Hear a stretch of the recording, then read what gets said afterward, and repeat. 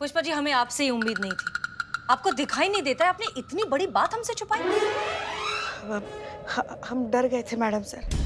हमें लगा अगर आपको पता चल गया हमारी आंखों के बारे में तो आप हमें ड्यूटी के लिए अनफिट मानकर हमें घर पे बिठा देती, हमारे हाथ में वीआरएस थमा देती और रिटायरमेंट से पहले ही हमें घर बैठ जाना पड़ता। अगर ऐसा होता तो हम तो जीते जी मर जाते ना। हम कैसे रह सकते थे आप सबके बिना। वैसे भी मैडम सर, बस ये 1 महीने की तो बात है। डॉक्टर साहब ने बोला है कि अगर हम दवाइयाँ ठीक से लेते रहेंगे तो हमारी आंखें बहुत जल्द ठीक हो जाएंगी। तुम क्या अपना सर हिला रहे हो? तुमने भी इनका साथ दिया है। अच्छे से जानते हो ना कि गलत का साथ देना भी उतना ही गलत होता है। मैडम सर, जानते हैं कि हम बहुत बड़का गलती कर दिए, लेकिन क्या करते, इनका नमक खाए हैं, इनको कैसे मना कर सकते थे हम मैडम सर। क्या? हाँ, खाए हैं। दाल सब्जी चटनी पकौड़ी लाती हैं तो सब खाते हैं ना। और मलाइका इतना बढ़िया खाना बनाती है ना कि क्या बताएं मैडम सर। उसका पकौड़ी और आंवला का चटनी आप ट्राई कीजिए। आप सॉरी सॉरी मैडम।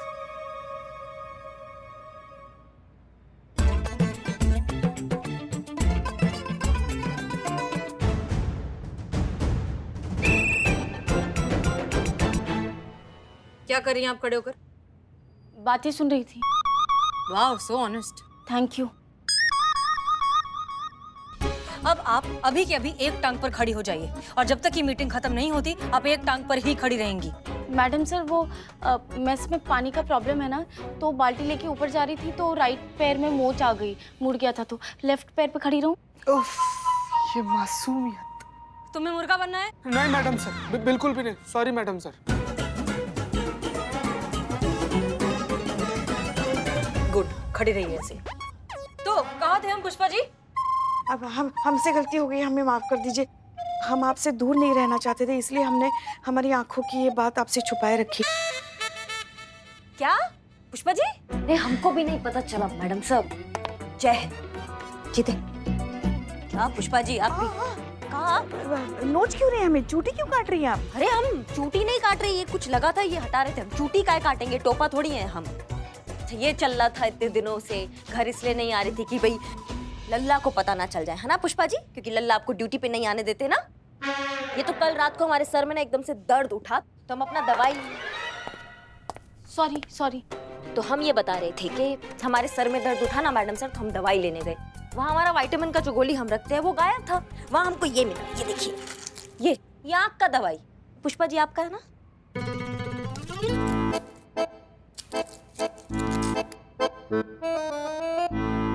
हाँ, यही है हमारी दवाइयाँ। ये दवाइयाँ घर पर थी जी। हे भगवान, तो फिर इतने दिनों तक हम कौन सी दवाइयाँ खा रहे थे? हमारा विटामिन चबा रही थी आप इतने दिनों से। तभी हम सोचे इतने दिनों से दवाइयाँ खा रहे हैं फिर भी हमारी आंखों की रोशनी ठीक क्यों नहीं हो रही है? ये क्या किया शिव जी आपने? अब ये जो दवाइयाँ ना ये चबाइए, आंखों की रोशनी वापस आ जाएंगी। ठीक है पुष्पा जी? हाँ। पुष्पा जी, आप इतना ही समझ पाई हैं हमें? आपको सच में ऐसा लगा कि अगर आप हमें सच बता देती तो हम आपको नौकरी से निकाल देते? एक बार सच कहकर तो देखती। हम एक टीम है पुष्पा जी, हम आपकी मदद करते। भूल हो गई मैडम सर। अब हो गया सो हो गया। अब आप अपनी सारी दवाइयाँ टाइम पर लीजिए और डॉक्टर जो भी इंस्ट्रक्शन दे वो सब अच्छे से फॉलो करिए। जी। और जहाँ तक बात है रमित वाले मामले की, तो गलती तो आपसे हुई है पुष्पा जी। और अब अगर आप ये गलती मानेंगी ना तो मीडिया और पब्लिक हम पर प्रेशर डालेगी आपको नौकरी से निकालने का। अब मैडम सर ऐसी परिस्थितियों में क्या कर सकते हैं हम, आप बताइए। सॉरी। तुम सीधा नहीं खड़ी रह सकती हो क्या? सॉरी। एक ही तरीका है, अगर किसी तरीके से टोनी अपनी गलती मान ले और ये स्टेटमेंट दे दे कि ये सब उसकी वजह से हुआ है और ये कहे कि पुष्पा जी आधा झगड़ा हो जाने के बाद इन्वॉल्व हुई थी और इस गलतफहमी में आकर उन्होंने रमित को पकड़ लिया, तो ये प्रॉब्लम सॉल्व हो सकती है। पर नहीं मैडम सर, आपको लगता है कि ये टोनी जैसा घटिया और अड़ियल आदमी ऐसा स्टेटमेंट देगा? देना तो उसे पड़ेगा, गलती की है उसने तो सबक तो सीखना ही पड़ेगा। सड़क पर किसी की भी गुंडागर्दी बर्दाश्त नहीं की जाएगी, ये अब हम उसे सिखाएंगे। ठीक है मैडम सर, उसको समझाएंगे, उसे एफआईआर खारिज करवाएंगे ताकि हम प्रतियोगिता में लास्ट नंबर पे ना आए। अब सबके दिमाग से अभी तक प्रतियोगिता का भूत नहीं उतरा है। करिश्मा सिंह, सबसे पहले ड्यूटी, बाकी सब कुछ बाद में। क्लियर? जी मैडम सर। आप सब जा सकते हैं। जी। संतोष शर्मा, हाँ आप भी। हाँ, थैंक यू मैडम सर। दर्द हो गया क्या पैर संतू जी? करिश्मा सिंह, जी मैडम सर। आप ठीक है ना? आप इस तरह से लंगड़ा कर क्यों चल रही हैं? पुष्पा जी मैडम सर, क्या बताएं हम पुष्पा जी का भी। छज्जे पे सारा सामान रख दिया उन्होंने, वो उतार रहे थे हम, वो पूरा ट्रंक हमारे पैर पे आके गिर गया, तो थोड़ा सा, पर ठीक है, वो 1-2 दिन में ठीक हो जाएगा मैडम सर, कोई टेंशन का बात नहीं है। ठीक है, हम जाए? जी। जय हिंद। जय हिंद।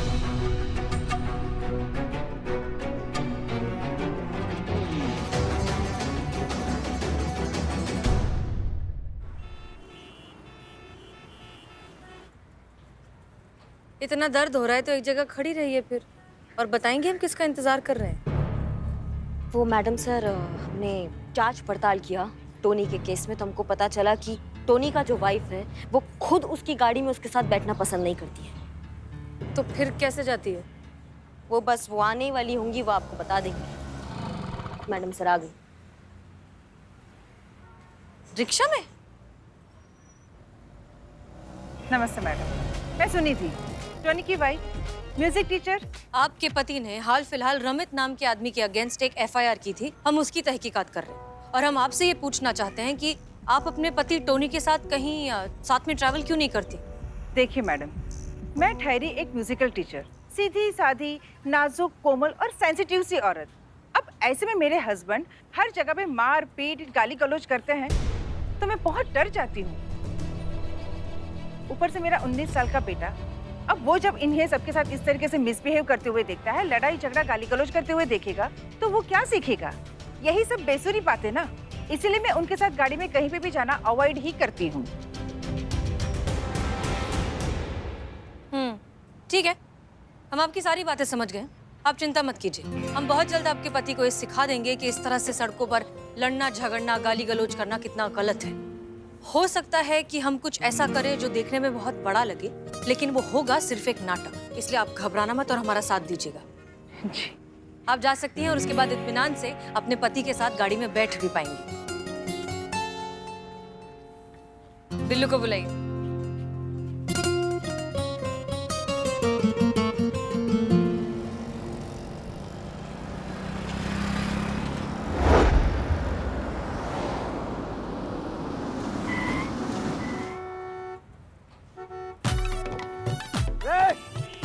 अरे दिखाई नहीं देता है तुमको? टोनी को ओवरटेक करता है रे। अबे हट, अभी दिख नहीं रहा है, सिग्नल है, ग्रीन हो जाएगा तो साथ में चलेंगे बेवकूफ। पापा आपको बेवकूफ बोला? टोनी नाम है मेरा। क्या बोला? क्या बोला रे? बेवकूफ बोला, बेवकूफ बेवकूफ बेवकूफ। अरे टोनी नाम है मेरा। ऐसे पोनी मार दूंगा टोनी को। पीछे हटो तुम मेरे पापा से। तुम दूर रहो अपने बाप से, हटो। ले क्या? क्या लेके? हथियार। देख में क्या लेके आता मेरे है? पास भी हथियार है अरे बेवकूफ। टोनी नाम है मेरा। मैडम, ये आपका हर बार का है कि इसके चक्कर में अस्पताल के केस के पेपर मेरे हाथ में आ जाएंगे, मैं फिर से पिटूंगा। नहीं मैडम। देखो बिल्ले, ऐसा है कि करना तो पड़ेगा, क्योंकि बात आ गई अब थाने की इज्जत पे, और थाना की इज्जत के लिए हम लेटे हैं इस डिग्गी में। अम्मा लड़ो, जाके मारो सबको, नहीं तो बिल्लू निवास हाथ से निकल जाएगा तुम्हारे। हाँ, ये लो अम्मा, जाके लड़ो, जाओ। आ जाना। मार। अच्छा।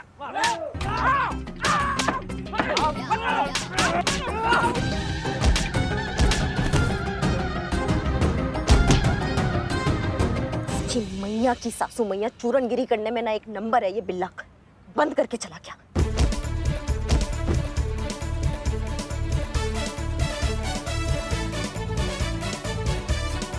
ये तो लगता है कि निकल लिया। चल बगल वाले नाले में इसको फेंक देते हैं। करिश्मा मैडम को आने में इतनी देर क्यों लग रही है? कहीं मैंने डिक्की लॉक तो नहीं कर दी?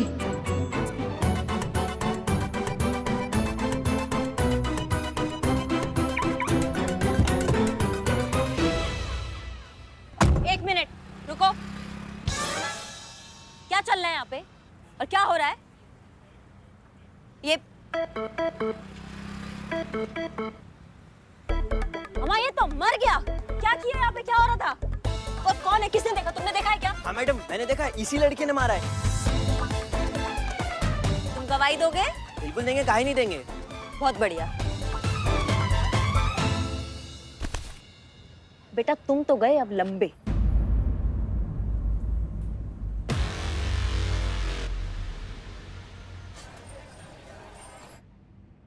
Open and shut case.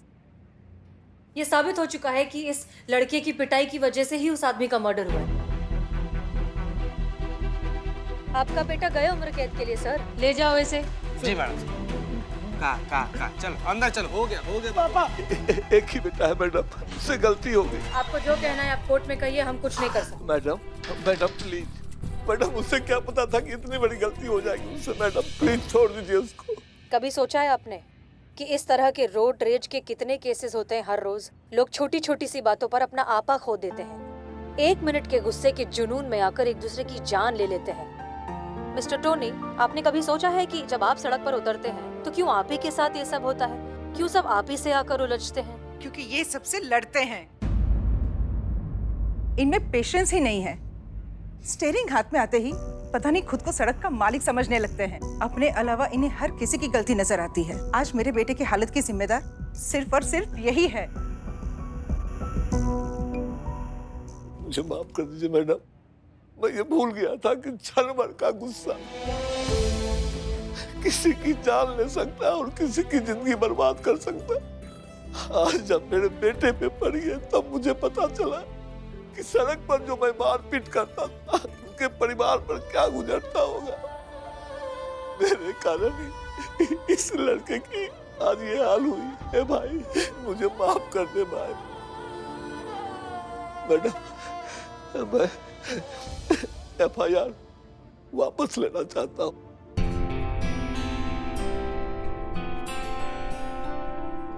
मैं स्टेटमेंट लिख कर देना चाहता हूँ। उसकी कोई गलती नहीं, सारी गलती मेरी थी। जी मैडम साहब। अब आओ तुम बाहर आओ। संतोष शर्मा, इनका स्टेटमेंट लिखो और साइन लो। जी मैडम। वो तो अच्छा हुआ आपने समय रहते हमारी दवाइयाँ हमें वापस दी थी।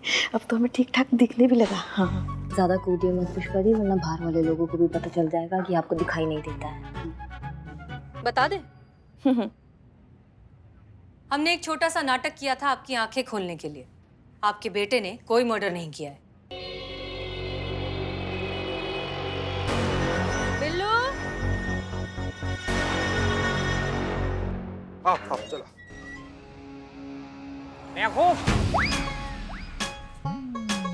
बहुत मारा, बहुत। आपके बेटे ने कोई मर्डर नहीं किया है। हमारे कहने पर बिल्लू ने मरने का नाटक किया था।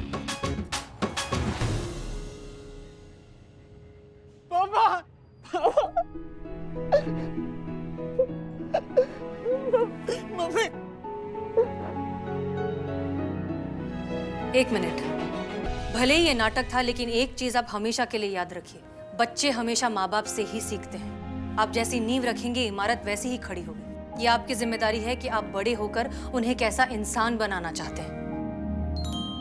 रमित, हमें लगता है अब तुम्हें भी इन्हें माफ कर देना चाहिए। जी मैडम सर, आप बिल्कुल सही कह रही है। हमने इनको माफ किया, लेकिन मैडम फिर भी हमें इनके खिलाफ रिपोर्ट तो लिखानी पड़ेगी। अब वो क्या है ना कि बिना FIR किए हमें हमारी कार का इंश्योरेंस क्लेम कर ही नहीं सकते, तो रिपोर्ट तो लिखानी पड़ेगी।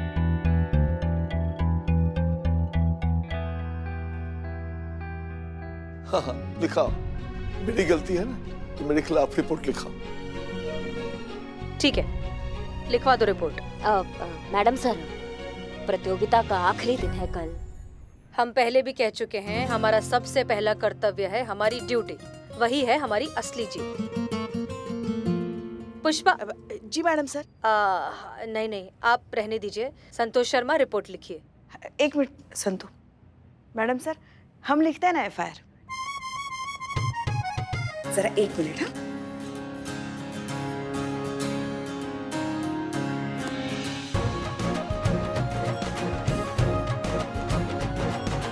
Madam sir. क्या बात है Pushpa ji, good good, all the best. जी चलिए आइए बैठिए। हम आपका आओ, स्टेटमेंट आओ। रिकॉर्ड करें। बैठो बैठो। चलिए बैठिए। मैडम ये ना केस आपको कयामत जी बनकर ही सॉल्व करना था, बाहर का बाहर। अभी देखो एक रिपोर्ट गई तो एक रिपोर्ट आ गई, ऐसे ही होता रहा ना तो हारने की लिस्ट में हमारा थाना लास्ट में आएगा, फिर थाना बंद। थाना तो हम किसी हाल में बंद नहीं होने देंगे। अभी हमारे पास एक हुकुम का इक्का बाकी है, और वो ऐसा इक्का है ना कि पूरा काया पलट देगा। सर आपने अचानक से हमें इस तरह बुलाया, सब खैरियत ना? जी जी सब खैरियत है। अच्छा ये बताइए कि आपको ये कैबिन कैसे लग रहा है? अब वैसा ही लग रहा है सर जैसे हमेशा लगता है। मतलब अच्छा लग रहा है, लेकिन आप ये हमसे पूछ ही क्यों रहे हैं? क्योंकि जो चीज कुछ दिन पश्चात आपकी होने वाली है, हम उसके बारे में आपसे ही पूछेंगे ना। सर ये डीएसपी का केबिन है और हम महिला पुलिस थाने के एसएचओ हैं। इसका मतलब ये तो नहीं कि आप... चिंता मत कीजिए, हम आपको डीएसपी की जिम्मेदारी नहीं सौंप रहे हैं। बात दरअसल ये है कि हमने आईजी साहब से आपका स्थानांतरण यहाँ इस मुख्यालय में करने की प्रार्थना की है। सर लेकिन हमारा तबादला होगा ही क्यों? आपको इस बात का थोड़ा तो अंदाजा होगा ही हसीना जी कि थाना प्रतियोगिता के नियम के अनुसार अगर आपका थाना अंतिम आता है तो उसे बंद कर दिया जाएगा। और आपको तो आपके थाने की स्थिति पता ही है, तो ना चाहते हुए भी थाना प्रतियोगिता का परिणाम आने के बाद हमें महिला पुलिस थाने पर ताला लगाना पड़ेगा। और उसके बाद आपकी नियुक्ति यहां इस पुलिस मुख्यालय में होगी। माफ कीजिए सर, लेकिन हमें अच्छा लगा ये सुनकर कि आपने हमारे बारे में इतना सोचा, लेकिन उस महिला पुलिस थाने में सिर्फ हम नहीं हैं, हमारे साथ एक पूरी टीम है। अगर थाना बंद हो गया तो उन सब का क्या होगा? हमें बड़ी प्रसन्नता होती है हसीना जी कि हमारे विभाग में आप जैसी अधिकारी है जो स्वयं से पहले अपने साथियों के बारे में सोचती है। क्या बात है हसीना जी, आप परेशान लग रही हैं? नहीं सर, हम बस ये सोच रहे हैं कि वो महिला पुलिस थाना जिसमें हमने इतना वक्त बिताया, अपना अस्तित्व झोंक दिया उसे बचाने के लिए, कुछ दिनों में शायद उसका अस्तित्व ही नहीं रहेगा। आप बहुत भूली हैं हसीना जी, आपने हमेशा जज्बात का आंचल पकड़ रखा और आपकी इसी ईमानदारी का फायदा उठाकर कोई और ले गया। इस दुनिया में जीतना जरूरी है, तरीका सही हो या गलत कोई मायने नहीं रखता है। नहीं सर, हम ये नहीं मानते। उस जीत का फायदा ही क्या जिसके बाद हम खुद से नजरें ही ना मिला पाए। इससे तो हार बेहतर है। इसी कारण तो हम आपके प्रशंसक हैं। हमारा मतलब है आपकी विचारधारा के। कल की प्रतियोगिता के लिए हमारी शुभकामनाएं आपके साथ हैं। आपका बहुत बहुत शुक्रिया सर। जय हिंद। जय हिंद।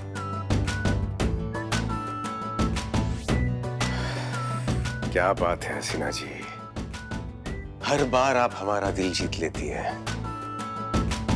पुष्पा जी। जय हिंद मैडम। जय हिंद। मैडम से किधर है? जय जय जय। गुड मॉर्निंग जीते। किधर है मैडम सर?